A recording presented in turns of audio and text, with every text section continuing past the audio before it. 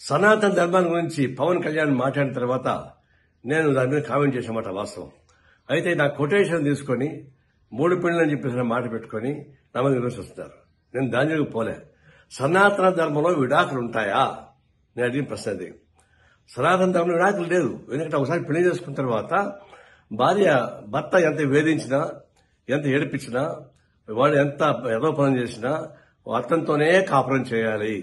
భర్తని వ్యతిరేకిస్తే ఆయన పాపానికి పోతారు అని, భర్త చనిపోతే చితిమంటల పైన భార్యని కూడా తగలబెడతారు అనేది దాని సారాంశం.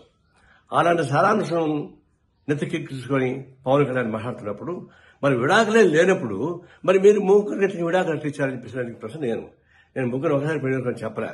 విడాకులు తీసుకొని పెళ్లి చేసుకున్న మాట వాస్తవం. అది నాకు ఇప్పుడు తెలుసు. నేను దాని జోలికి ఇప్పుడు పోలే. నేను ఫస్ట్ టైం అంటున్నా.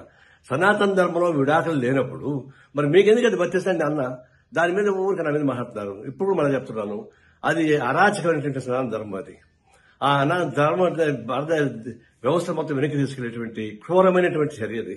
అలాంటి క్రూరమైనటువంటి ఫిలాసఫీని ప్రచారం చేయడం అనేది చాలా ఘోరమైనది.